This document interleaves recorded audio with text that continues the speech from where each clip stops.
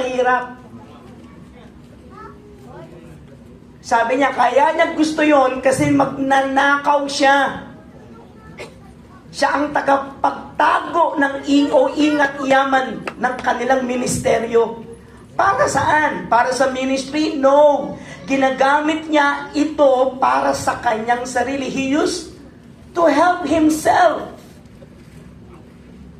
to what was put into it.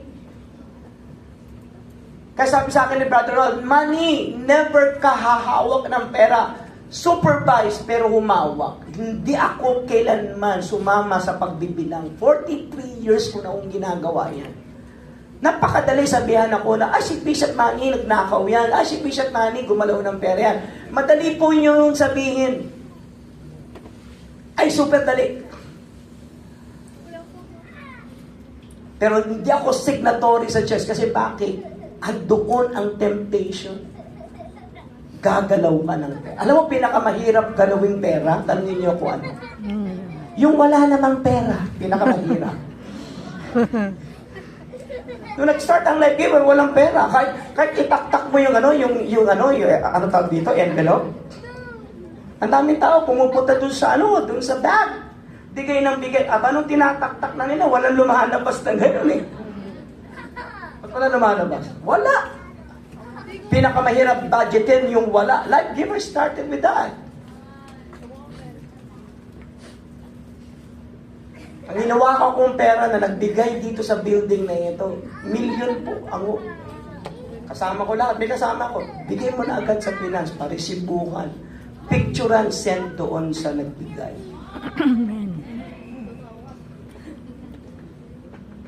Kaya hindi ho ghost project yun dito, hindi ho. Amen. Amen.